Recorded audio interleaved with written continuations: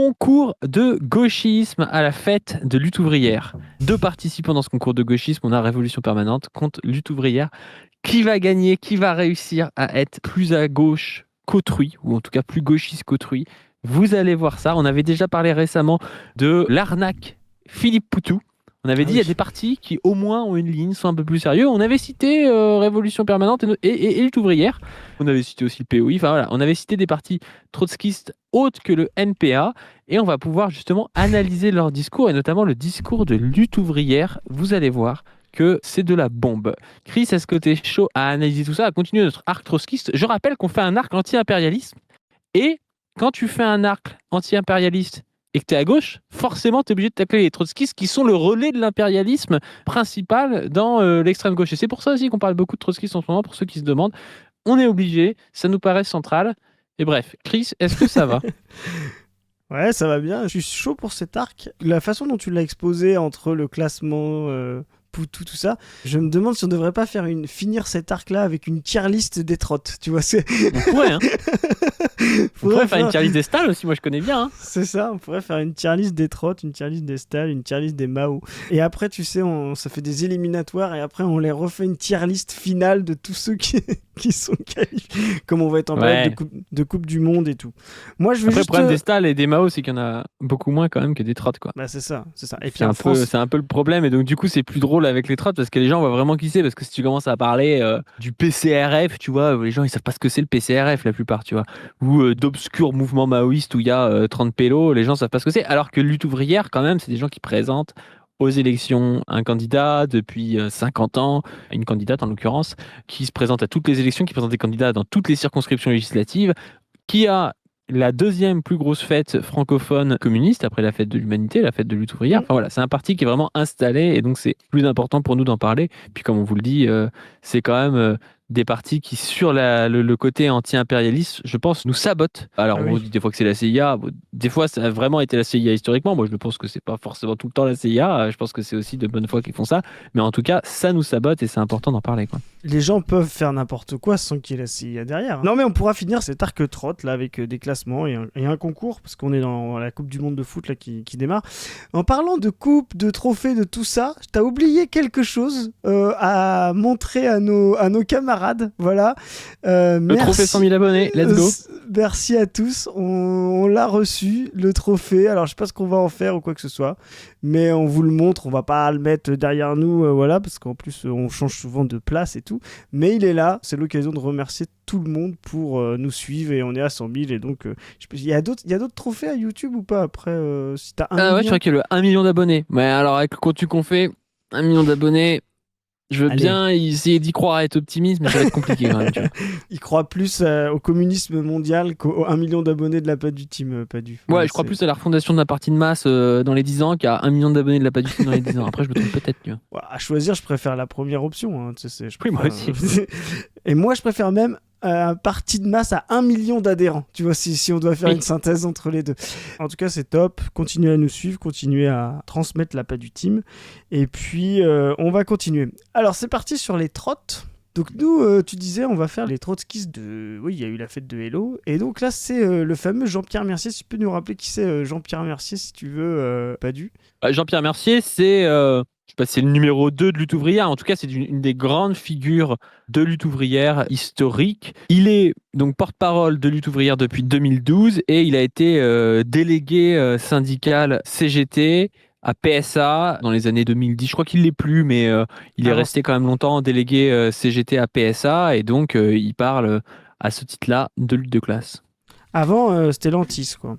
Mais c'est intéressant d'ailleurs que ce soit CGT. Vraiment, la CGT, ce fédéralisme qu'est la CGT, a vraiment, tu sais, des communistes révolutionnaires, des gens du PCF et tout. Il y a vraiment toutes les tendances des partis qui se supportent pas, enfin, comme nous on le sait, sur le plan politique, mais qui sur le plan syndical se retrouvent. Alors ça donne peut-être des fois une synthèse difficile à faire, et peut-être ça explique aussi pas mal de problèmes de la CGT, mais ça donne aussi quand même des forces, des capacités à avoir de la contradiction. C'est quand même intéressant d'avoir toutes ces différences. On sait qu'il y a aussi beaucoup de gens de la CGT à Révolution permanente, voilà, et inversement. Donc c'est, je trouve intéressant en fait cette dynamique qu'il y a entre les partis politiques, les tendances politiques dont on parlait tout à l'heure, et le syndicat, quoi. Après, quand même, après, j'ai peut-être un biais parce que par chez moi, c'est beaucoup comme ça. Mais l'implantation du PCF, comme dans la CGT, reste Oui, il prégnante, reste. même après la chute libre un peu du PCF.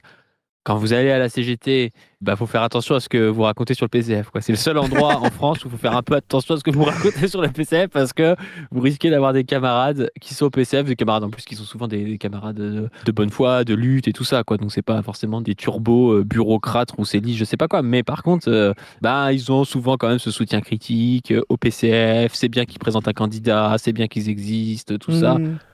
Moi, je Une, trouve que une présenter un candidat, nostalgie un ça peut peu. être bien. Présenter un candidat à tous les prix en marchant sur les plates-bandes du PS, c'est quand même pas si glorieux que ça, quoi.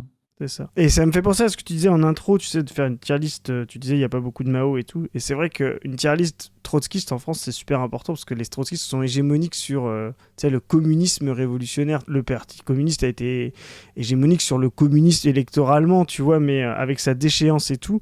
Sur la partie communiste révolutionnaire, de vraiment sortie du capitalisme, les trots, depuis 20 ans, là, cette période-là, sont totalement hégémoniques, donc très très importants.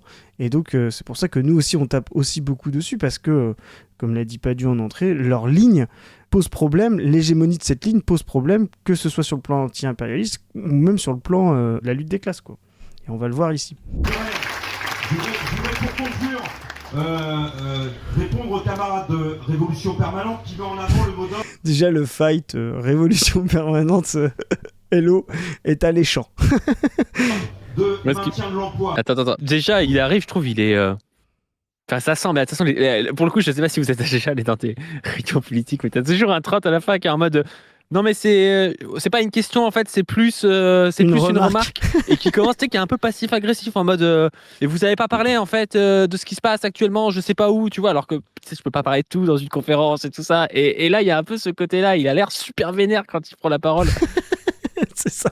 Puis tu sens tu sais que c'est une question qui a été envoyée à la table et que ils ont envoyé Jean-Pierre pour répondre parce qu'il fallait être énervé, quoi. Donc qu'est-ce qu'a dit ce camarade de Révolution Permanente trotskiste, quoi. Maintien de l'emploi qui correspond pour lui interdiction des licenciements. Bon, qu'il critique Sophie Binet, que Sophie Binet c'est pas l'interdiction des licenciements, mais le moratoire des licenciements.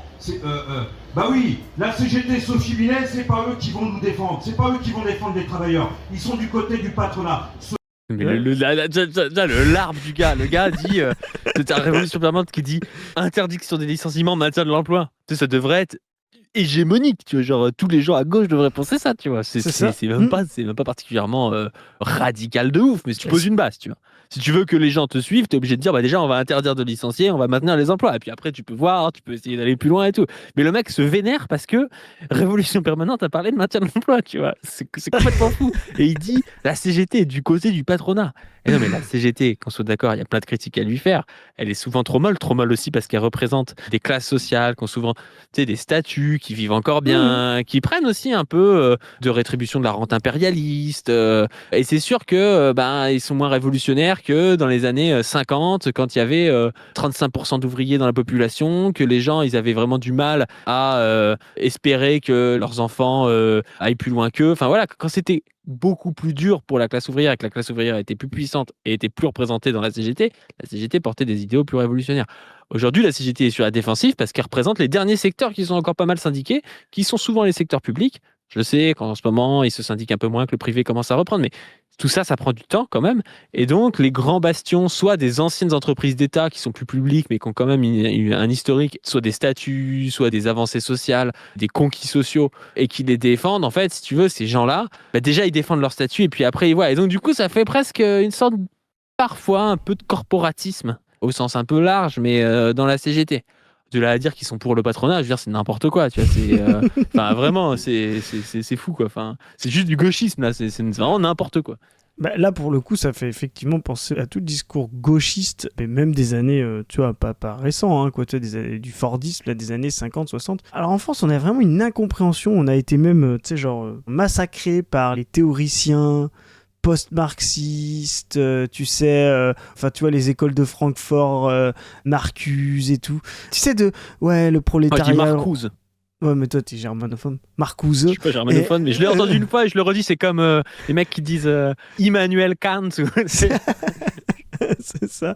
Et donc, tu sais, toute cette idée que le prolétariat serait trop intégré, donc, et le syndicalisme aurait trahi et serait dans la cogestion ou dans la collaboration de classe et tout. En fait, il y a toute une histoire à démonter là-dessus, de montrer que le syndicalisme est né avec une classe ascensionnelle qu'est le prolétariat. Il s'est battu contre la paupérisation, il s'est battu contre son exploitation et tout, mais il était toujours la classe qui grossissait dans la société. Même en partant, tu sais, du 19e, quand il est très pauvre, très bas, etc., c'est la classe qui prend la place des paysans, qui prend la place de la petite bourgeoisie. C'est une classe qui est précaire, c'est une classe qui est dure, mais c'est pas une classe qui est fondamentalement en crise. C'est pas une classe qui est en train de disparaître, tu vois, comme les paysans et qui est un peu réactionnaire ou la petite bourgeoisie et tout. Elle a des hauts, des bas, elle entre en crise, il y a les crises mondiales du capitalisme, et puis après il y a le Fordisme où là c'est vraiment son essor. Et ce qu'il faut bien comprendre, c'est que jamais le syndicalisme a été autant révolutionnaire que dans une période où il a été dans le plein emploi, sans chômage de masse, sans crise, sans compression des salaires, sans mise en concurrence violente et tout. C'est pour ça qu'en fait, on a l'impression qu'il était moins révolutionnaire, que le syndicalisme était moins révolutionnaire dans les années 50, 60, jusqu'au néolibéralisme, le tournant dans les années 70, 80. En fait, il l'a été énormément. Et c'est là ce que tu disais, ça fait le lien avec tous les conquis qu'il a pu avoir à ce moment-là, en termes de salaire, en termes de cogestion de l'État, en termes de gestion des caisses de sécurité sociale, tu vois, enfin toutes ces logiques-là, en termes même de statut de fonctionnaire et tout, il y a eu énormément de choses, de classe intermédiaire et tout. Le problème du syndicalisme aujourd'hui, c'est qu'il est organisé historiquement pour conquérir des conquis dans son ascension. Mais depuis le néolibéralisme, et la mise en concurrence avec les prolétariats manufacturiers de la périphérie, il est dans une situation critique, c'est-à-dire de réduction et de décroissance, voire même de disparition. Et ils ne sont pas organisés pour ça. Si le syndicalisme perd aujourd'hui, c'est justement qu'il n'est pas du tout organisé pour pouvoir faire face à cette situation. C'est une situation qui n'a jamais existé dans l'histoire du prolétariat, c'est-à-dire, depuis le néolibéralisme, d'être descendant, décroissant. Donc, je parle vraiment du prolétariat, enfin, ouvrier, manufacturier et tout. Et c'est là où... Ouais, du centre, effectivement. C'est là où c'est délirant d'entendre ce que dit Jean-Pierre Mercier. La base même de vos combats, c'est le fait d'être dans le plein emploi, dans l'emploi maximum. C'est là que vous pouvez mettre la pression au patron et tout. C'est là où vous pouvez faire adhérer la masse des ouvriers ou des travailleurs à votre vision. Si la bourgeoisie utilise le chômage si bien depuis les 40 dernières années et le néolibéralisme, c'est justement pour détruire le syndicalisme et pour détruire les conquêtes sociales. C'est-à-dire, c'est pour faire mettre la pression aux ouvriers que entre eux et les négociations salariales, il y a un tiers, un chômeur qui lui veut bosser à leur place. C'est ça le truc fondamental. Donc là, il y a une incompréhension générale du mouvement du prolétariat, de la manière dont on a conquis tous les droits sociaux ou matériels du prolétariat, et une incompréhension de la situation aujourd'hui. Enfin, c'est vraiment comme tu dis, mais il y a rien qui va, quoi.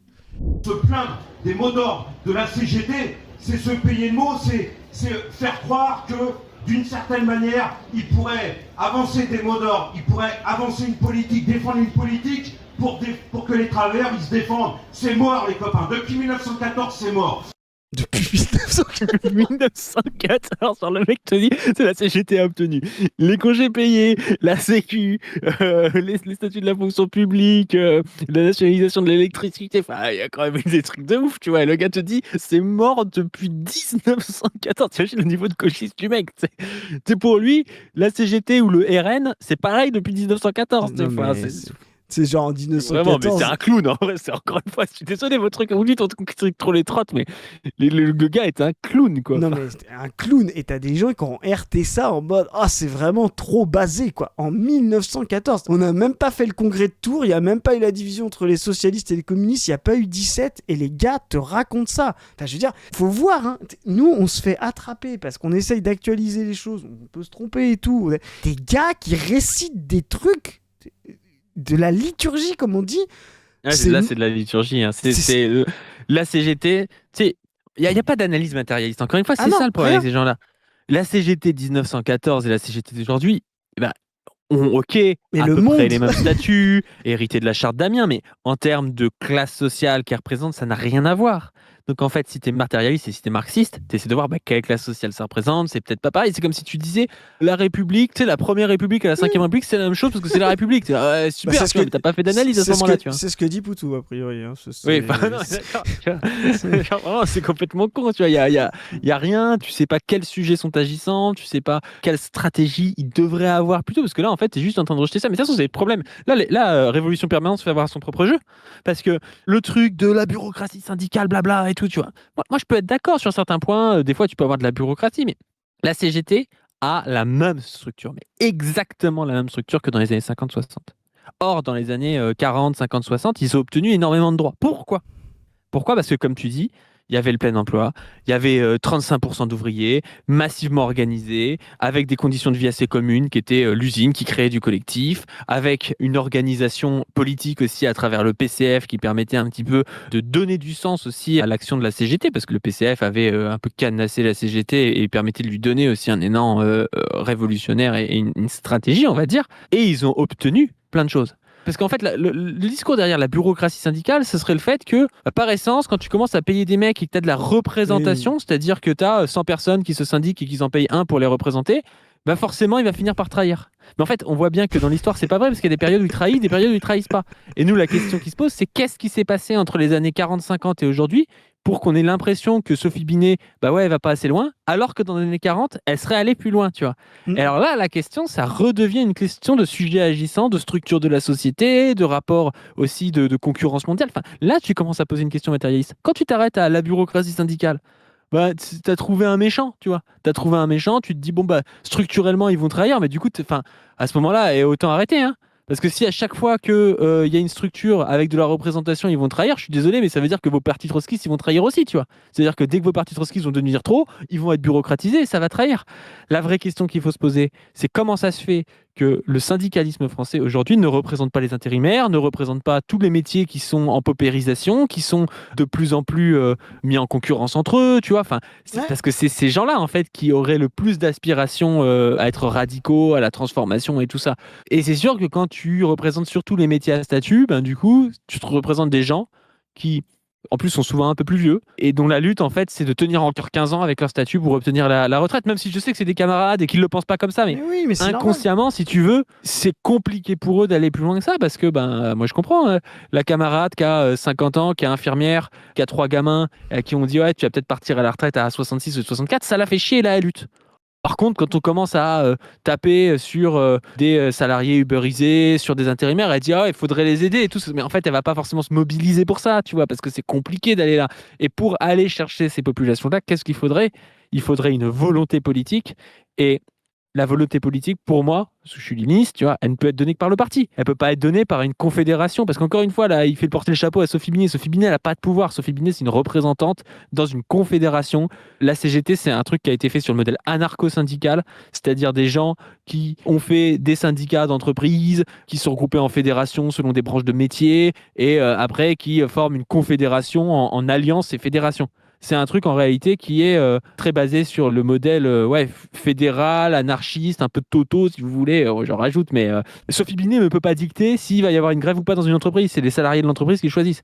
Ce qui permet de ratisser super large et d'avoir beaucoup plus d'adhérents que dans un parti communiste. Mais l'intérêt d'un parti communiste, c'est que comme il y a moins d'adhérents et qui peuvent être du coup formés politiquement beaucoup plus et avoir peut-être plus la volonté d'aller chercher des gens sans que ce soit leurs intérêts immédiats et tout ça, le parti politique, lui, il peut donner des directions, donner des compréhensions du monde que ne va pas forcément aller chercher le salarié qui a du mal déjà à lutter pour ses intérêts matériels directs, quoi.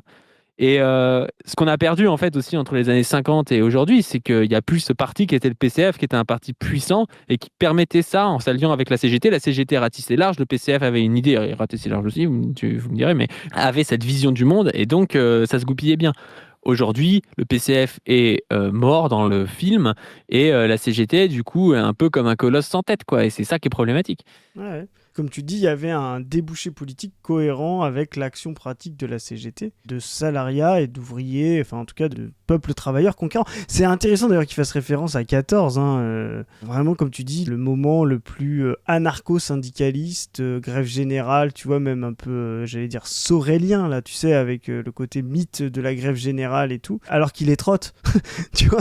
T'as vraiment cette essence même de ce que les gens oublient, du trotskisme et du spontanéisme des soviets. Je rappelle qu'il était avec les mencheviks à un moment donné, Trotsky. Il n'a pas toujours été avec les bolcheviks. Donc, il était avec tout le monde. Donc, c'est ça.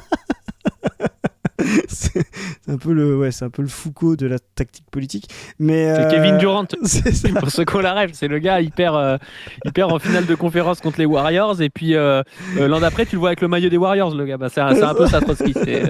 C'est ça, c'est exactement ça. Mais donc tu vois, et ce spontanéisme de Trott, là voilà, et rejoint bien cette idée un peu un art, tu vois, fédérative, tu sais, avec le fameux la révolution sera l'œuvre des masses elle-même. Enfin, tu vois, toute cette liturgie qui est un peu anti-léniniste, ce que disait un peu Lénine quand il faisait des critiques de Trotsky. Alors que, tu sais, les Trotsky, c'est ça, c'est genre, ce serait le plus léniniste de tous, Trotsky, parce qu'ils ont eu 4 mois d'amour tous les deux, Trotsky et Lénine, pendant le début de 17, là, voilà.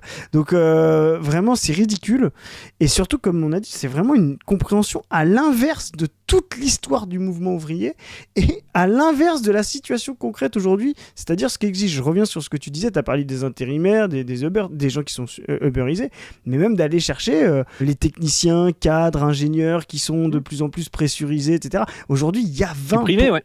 Ouais, il y a 15% de cadres du privé, de plus en plus les jeunes sont avec des 1,2 SMIC, 1,3 SMIC et tout, alors qu'ils ont fait des bacs plus 5, qu'ils seront bientôt remplacés par l'IA et tout, enfin, qu'ils sont au forfait jour parce que ça leur évite d'avoir des heures sup et tout, enfin, il y a tout un espace d'exploitation là dans le centre impérialiste que les clowns comme Mercier évitent soigneusement, et là tu te dis, soit par énorme bêtise, soit par cynisme, voilà, mais vraiment tout ça c'est le nouveau prolétariat, c'est le prolétariat que nous on appelle généralisé et qui doit finalement être mis en action totale avec les chômeurs.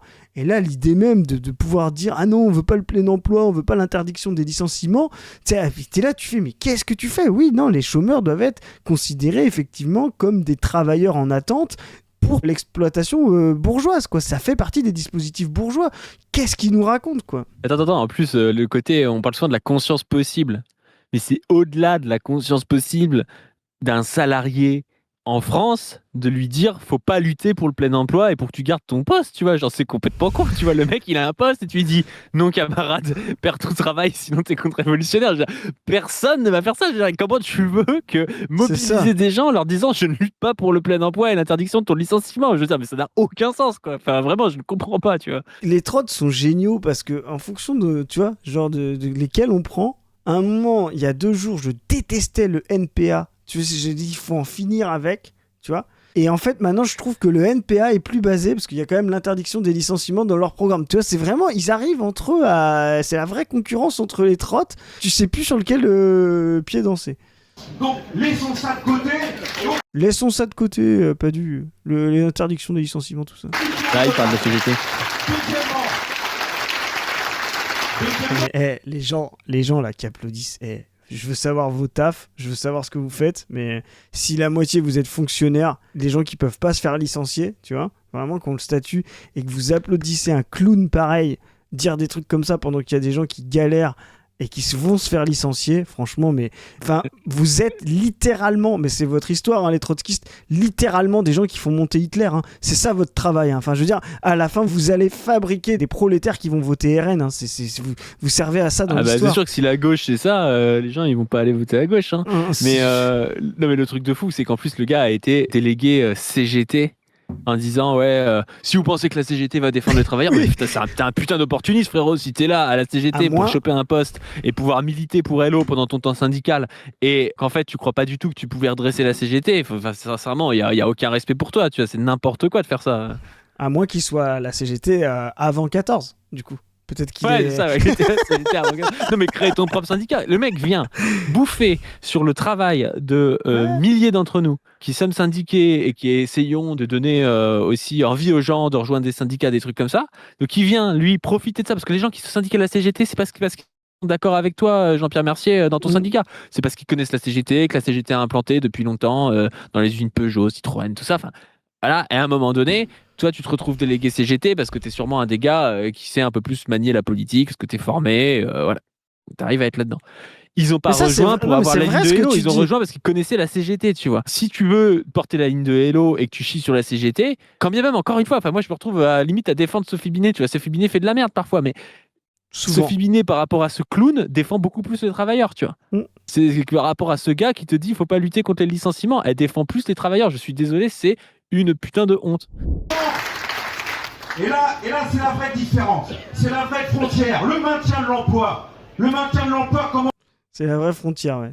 D'après toi, Padu, le MEDEF a plus peur de quoi ? C'est-à-dire des vrais syndicalistes qui bossent, qui sont au boulot quand ils sont pas sur le permanence syndicale, qui font pas du LARP comme ça et tout, et qui obtiennent des droits, qui obtiennent des avancées, des reculs d'offensives anti-statutaires, de plans sociaux et tout. Le MEDEF a plus peur de ça ou de clowns comme ça qui disent « Ouais, non, de toute façon, 1914, de toute façon, tout ça c'est de la merde, on s'en bat les couilles, maintien de l'emploi, interdiction des licenciements et tout. » Vraiment, mais vous êtes des clowns, quoi. Comment tu le fais, le maintien de l'emploi dans l'usine de Poissy et dans tous les sous-traitants qui sont en train de se faire massacrer quand Poissy va arrêter la voiture?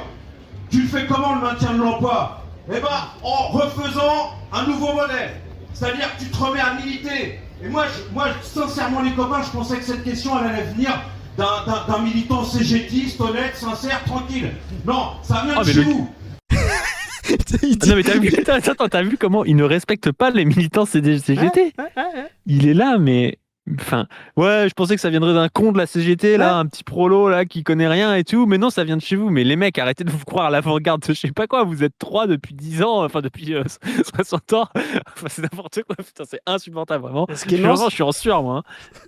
Ce qui est marrant, c'est qu'il met la pression à RP en mode « Mais putain, vous êtes trotskistes, vous aussi, vous devriez aussi être déconnectés que nous. Et non, et vous dites des vrais trucs concrets, de vrais ouvriers. Qu'est-ce qui se passe ou quoi dans votre tête ?» Tu vois, c'est n'importe quoi. Bah, ça veut dire c'est se remettre sur le terrain de la CGT. Ça veut dire se remettre sur le terrain du Parti communiste et puis de LFI. Oui, pour maintenir l'emploi, il faut un véhicule électrique ou hybride ou thermique. Bah oui, pour maintenir l'emploi, il faut des produits. Oh là là là là, le niveau de gauchisme, mais le gars, mais non, mais c'est n'importe quoi. Et le gars, il a été délégué CGT. Il te dit, vous vous remettez sur le terrain de la CGT. Frérot, ça t'a payé ton salaire pendant une dizaine d'années, ce truc, mais insupportable. Hein. Vraiment, moi, je trouve ça. Je sais pas comment des gens peuvent applaudir ça. Hein. Faut vraiment être. Regarde. Mais je pense que ces gars. Je vais pas juger, mais c'est que t'es vieux là, tu vas insupportable. Quand t'as des permanents comme ça, qui te racontent des conneries comme ça et tout, et qui te disent ouais, le PCF, LFI, ils veulent transformer le parc automobile pour garder les emplois et tout. Mais vraiment, mais ces types-là te dégoûtent de prendre ta carte. C'est vraiment. Mais t'imagines l'employé ouvrier de base dans le truc, tu lui dis ouais, bon bah là, on a une commande de l'État fait par LFI pour faire 100 000 véhicules électriques. Du coup, tu vas garder ton emploi, on va doubler les postes et tout. Le mec, il se dit c'est cool, tu vois. Genre, il y a qu'un type complètement matrixé qui peut dire mais non, c'est de la merde et tout, c'est du maintien de l'emploi. Ils viennent, ils te disent quoi, collaboration de classe, réformisme, qu'est-ce que c'est, surtout pas ça, tu vois. Non mais vraiment, c'était. Attends, on est qu'à la moitié, on va voir s'il y a des propositions concrètes en face. Peu importe, monsieur le patron, mais faites-nous bosser. Vous savez, nous, on sait se faire exploiter, on fait de la qualité, etc., etc. Le maintien de l'emploi, c'est bidon. Le maintien de l'emploi, c'est aller sur le terrain du patronat. Non mais vraiment, mais ça me rassure que le gars, mais c'est vraiment, tu sais, c'est le mec, il a des, je sais pas, des centaines d'heures, je pense, de lecture de militante et tout pour arriver à dire ça, quoi. Ouais, c'est catastrophique, hein, c'est une catastrophe. Y a rien qui va, mais c'est vraiment. Parce que tu sais, il dit maintenir son emploi, c'est faire le jeu du patronat. Par contre, être au chômage et crever la dalle, c'est pas faire le jeu du patronat. Non, c'est. Quand t'es au chômage et que tu crées de la dalle, tu finis quoi? Tu finis par aller devenir entrepreneur, aller choper des boulots de merde et tout en intérim et tout. C'est ce que veut le patronat, putain. Mais comme je te disais, c'est littéralement l'essor du syndicalisme et des conquêtes ouvrières. C'est littéralement le fait d'être ascendant et d'être en plein emploi. Mais vraiment, mais ces gens-là, mais de toute façon, ces gens-là, prenez un truc. Moi, je vous le dis, trouvez-moi, je sais pas, après Ernest Mandel, à la rigueur, tu vois, des gens, allez, même en France, sérieux sur le trotskisme. Allez, vous allez me citer Ben Saïd, Mandel, etc. Mais rien, des gens, même Ben Saïd, tu vois, que j'aime beaucoup, qui est un très grand pédagogue, mais il n'a pas fait avancer ou dépasser, ou voilà, il n'a pas renouvelé le marxisme. Voilà. Trouvez-moi des gens qui ont fait des analyses sérieuses, renouveler le marxisme à partir de ces conneries, ça n'existe pas. Voilà. C'est des gens qui n'ont aucune doctrine. Voilà. Ils n'ont aucune doctrine actualisée. C'est aller sur le terrain du projet industriel. Et le patron, il en a rien à faire du projet industriel. Lui, il sait ce qui est bon pour lui, parce qu'il a une vision au niveau mondial. Et pour lui, il doit fermer Poissy pour que Pomigliano, en Italie, fasse ce petit véhicule. Ce fameux projet industriel pour maintenir l'emploi, etc., il ne maintiendra même pas l'emploi en Italie, il va le supprimer en plus.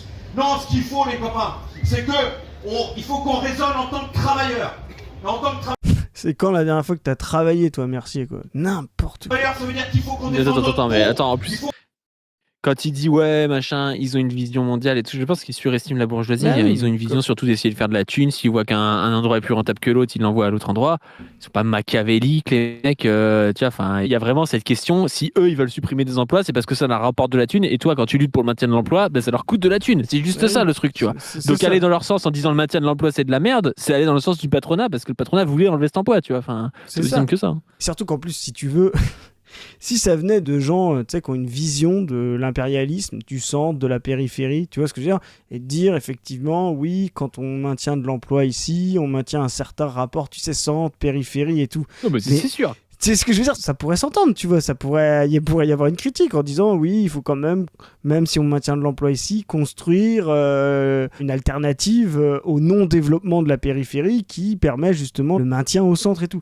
Mais eux, c'est les plus gros débiles sur ce sujet de l'impérialisme. C'est vraiment un truc qu'ils n'ont jamais compris, les trotskistes. C'est des gars qui demandent au prolétariat israélien de se soulever main dans la main avec le prolétariat palestinien qui est sous les bombes de la colonisation. Mais de qui on parle là ? Enfin, c'est ces gens-là qui n'ont aucune vision totale et mondiale de ce qu'est la situation du prolétariat et de ses divergences et de ses complémentarités à l'échelle totale, quoi. Il faut qu'on défende notre droit à l'existence. Il faut pas qu'on crève avec cette usine. Alors cette usine, elle crèvera sûrement. Parce que aujourd'hui, et je parle aujourd'hui... Ton délégué syndical il dit ouais l'usine elle va crever et on va pas lutter pour le plein emploi, enfin pour le maintien de l'emploi. Mais frérot, mais qui va écouter ça? Et nous on défend le droit à l'existence, quoi. Et vraiment pour tomber dans des trucs d'une abstraction, mais franchement, mais... Me dites pas que je suis défaitiste. Aujourd'hui, on la sent pas la mobilisation générale. Ah bah c'est sûr, c'est sûr que quand t'as un délégué syndical qui vient te voir et qui te dit le plein emploi bat les couilles, l'usine elle peut crever, on s'en balèque, et après il vient te voir et te dit on la sent pas la mobilisation générale, pas du ah bah tiens c'est vraiment très étrange, Mercier. Non mais vraiment. En vrai t'es pas trop de PSA, moi je vois que le gars il fait ça, je suis mort de rire et tout. Je me dis c'est quoi ce gars, il joue pour moi ou quoi, tu vois. Moi je suis Tavares, enfin c'est plus Tavares maintenant, le patron s'est fait lourder, mais je vois ça, je suis éclaté de rire, quoi. Je suis là, je te dis oui. Non mais c'est vrai, il a raison votre délégué. Je suis pas souvent d'accord avec les syndicats révolutionnaires, mais il a raison, hein, l'usine elle va crever de toute manière, donc ça sert à rien de vous battre les gars. Enfin je veux dire, à la fin ça rejoint ça, hein. C'est vraiment cata. N'importe quoi. On la sent pas le nouveau mai 68, parce qu'il y aura un nouveau mai 68, oui les 40e Non mais eux ils ont jamais rien senti, je veux dire tu vas me dire qu'ils ont senti les gilets jaunes avant tout le monde, qu'ils ont tout compris et tout, non mais je compte pas sur Mercier pour sentir d'avance les coups, tu vois, hein. C'est n'importe quoi, hein. Et surtout qu'ils ont jamais senti mai 68 non plus, tu vois, c'est vraiment... exploserait, on les ferait ravaler leur gorge et on prendrait la tête des usines. Et là, alors là, ouais, là c'est un sacré projet industriel, les copains. C'est reprendre la société en main et les structurer. Oh le gars se dit on va pas maintenir l'emploi, mais un jour on sera à la tête de l'usine. Mais ferme-la déjà, maintiens l'usine si tu vas être un jour à la tête de l'usine. Et quand il y aura plus d'industrie du tout, ça va être compliqué d'avoir un mouvement ouvrier, hein, tu vois. Enfin... C'est pour ça que je te dis, ce truc est messianique, c'est un délire. C'est à la fin. Quand je dis que c'est du jansénisme, tu sais, c'est vraiment les types, c'est la liturgie la plus parfaite, le monde est horrible, mais le dieu prolétarien est caché, un moment peut-être qu'il va nous sauver, on n'en sait rien, mais ça sert à rien de se battre aujourd'hui, le monde nous salit, mais par contre un jour peut-être, demain, il y aura un nouveau mai 68, mais vraiment, c'est mais vraiment, mais sans déconner, mais applaudir ça, mais tu vois, là tu disais tout à l'heure... En plus, il chie sur la CGT a quand même fait des trucs pendant les 68, tu vois, enfin, je veux dire, c'est insupportable, hein, ces gars-là. Tu vois, je pense que c'est aussi la boomeritude de la révolution. Tu sais, on parle souvent des boomers et tout, mais il y a une génération de boomers révolutionnaires, là, qui se croient révolutionnaires, qui ne le sont pas du tout. Bah, c'est vraiment eux, quoi, qui sont assis sur tout un tas de statuts, de capitaux, qui soit défendent, soit même maintenant ne défendent plus, tellement ils sont dans ce LARP-là, et ils sont même plus capables de reconstruire, justement, ces nouvelles conquêtes. Quand tu leur dis, bah oui, plein emploi, défense des sites industriels et tout, ils viennent te chier à la gueule. Franchement, force aux camarades RP, là. Surtout... T'es déjà dans un parti trotskiste, donc c'est chaud pour toi, mais je veux dire, surtout ne tombe pas à ce niveau-là, quoi. Enfin, c'est vraiment une cata. Heureusement qu'il y a Anas Kazib à RP, tu vois, parce que tu te dis, heureusement, il y a encore un type qui a... Enfin, je veux dire, Anas Kazib, j'aimerais bien savoir ce qu'il pense de ça. On a des divergences, mais je pense que là-dessus, on va se rejoindre. C'est vraiment ridicule comme lutte d'aller chercher le salariat, le prolétariat ou le salariat généralisé avec des conneries pareilles, quoi. Vraiment, c'est hallucinant, quoi. Je pense que Mélenchon, quand il voit ça, il doit se pisser dessus aussi. Hein. Ah, mais c'est les mecs qui viennent à gauche et tout, c'est nickel pour lui. Enfin, les gars qui votent pour ça, c'est des mecs matrixés, ils voteront jamais pour autre chose que pour ça. Et ça va permettre d'avoir du temps de parole pour un gars qui va venir recentrer Mélenchon, qui va venir taper un peu sur la droite. Pourquoi pas, tu vois. Ah, mais c'est exactement ça. Ce que j'aime bien, ça, c'est juste taper sur Mélenchon quand il est là, ouais, machin, on est les deuxièmes producteurs d'armes et tout. Tu sais, il est un peu comme ça parfois, Mélenchon. Et ça, je suis d'accord. Taper sur Mélenchon parce qu'il est pour qu'il y ait une voiture électrique produite en France, mais c'est vraiment le niveau de gauchisme absolu, tu vois. Enfin, qu'est-ce qu'on en a à foutre du côté rouler sur des gens avec les voitures, tu vois. Et puis, je veux dire, après, en plus, on peut dire, parce que là, il parle de projet industriel et tout, tu vois. C'est quoi l'idée? Après, en plus, il n'y a aucune proposition. Il te dit notre droit à l'existence. Mais votre droit à l'existence en tant que quoi? Tu veux quoi, en fait? Le revenu universel, c'est quand même ton patron qui va le payer, tu vois. Enfin, qu'est-ce que tu racontes, quoi? Vraiment, et comme si, en plus, il n'y avait pas, tu sais, il y a une espèce de truc de dire, comme s'il n'y avait pas une espèce d'étape dans les prises de conscience. Déjà, faites en sorte de passer au plein emploi, faites en sorte de donner la ressource aux prolétaires d'avoir sauvé leur usine. Et puis une fois qu'ils l'ont sauvée, peut-être qu'ils vont avoir envie de la reprendre en main, tu vois. Puis peut-être qu'ils vont avoir ensuite envie. Tu vois, les choses se font progressivement. Il n'y a pas de saut qualitatif magique dans la conscience de un jour je suis aliéné mentalement et soumis au désidérata mental, et puis je croise Jean-Pierre Mercier, et puis j'ai la foi comme ça révolutionnaire, et puis j'attends le prolétariat d'un coup. Je sais pas comment tu peux tomber là-dedans en vrai. C'est vrai que ça ressemble quand même à une espèce de croyance religieuse un peu sectaire chelou, tu vois. Enfin, je sais pas à quel moment tu crois à ce truc-là, tu vois. Moi, je suis d'accord. Quand on dit que je capte quelqu'un qui adhère au NPA ou à Révolution Permanente, tu sais, qui a un peu envie de lutter, qui voit qu'ils sont sur des luttes, ils disent bon, je les rejoins et tout. Ça, je comprends, tu vois. Je capte pas que tu rejoignes un mec qui dit ouais, le prolétariat mondial va se soulever, tout le monde sera copain et tout, tu vois. C'est ça leur vision, tu sais, c'est le prolétariat israélien, palestinien, ils seront ensemble et tout, alors que le prolétariat israélien, il vote pour génocider les Palestiniens, tu vois. Là, il est là, on met pas le plein emploi et tout, mais la révolution et le droit à l'existence, tu vois, c'est nul à chier. Il y a littéralement justement pas de prolétariat palestinien parce qu'il est empêché justement parce qu'ils ne comprennent pas ce que c'est le sous-développement organisé par le centre contre la périphérie, enfin tu vois. Mais en fait, je pense que c'est typiquement des gens, des boomers qui ont trop eu, qui ont été trop tranquilles, qui ont eu la retraite tôt, le progrès social, des droits syndicaux, de permanence syndicale, etc., qui n'ont pas vécu, qui ne se sont pas pris eux-mêmes dans la gueule les délocalisations et tout, et puis qui se considèrent encore comme révolutionnaires. En fait, on a les débris, là, des faux révolutionnaires du Fordisme, dont ils ne croient pas être, mais dont il est complètement, et qui ont comme seul horizon mai 68. Enfin, vraiment, c'est... Est-ce que la solution avec eux, c'est pas comme avec Linguistica, c'est Manpower, tu vois? Ah mais c'est sûr, dire mais en fait on s'en bat les couilles de sauver les emplois, on s'en bat les couilles de maintenir un parc industriel. Enfin je veux dire, quand tu vois ça, tu comprends que des ouvriers soient désespérés et tombent dans le fascisme quand tu vois ça. Moi je te jure que franchement, je comprends. Oui. Je comprends. Surtout qu'en plus ce mec représente la CGT, donc c'est vraiment un chien parce que qui fasse ces conneries pour Hello, bon ils ont une petite audience. Et si le mec c'est le délégué CGT de leur boîte, mais... Enfin... Moi, je suis dans sa boîte et tout, je vois ça, je me dis, c'est quoi ce clown, quoi? Je me dis, je vais où, du coup, si même la CGT dit ça et tout, qu'est-ce que je fais, tu vois? C'est ça, exactement. Bon, on va s'arrêter là. Dites-nous ce que vous pensez de cette arc analyse du trotskisme et notamment de l'avis de Jean-Pierre Mercier. Est-ce qu'il a gagné le concours de gauchisme ultime? Je pense que oui, je vois pas comment est-ce qu'on pourrait faire mieux que ça, vraiment. Déjà, il a pris la parole pour dire à son camarade RP qu'il pouvait être plus gauchiste que lui. Tu vois, il a dit, quoi?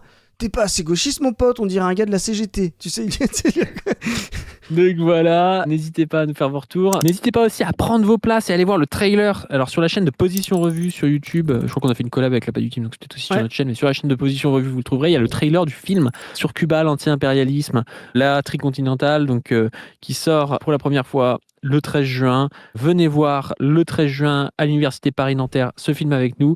N'hésitez pas aussi à nous financer sur le Tipeee, comme d'habitude, et à aller voir toutes les productions. Comme d'habitude, on ne veut plus. Comme d'habitude, Position Revue.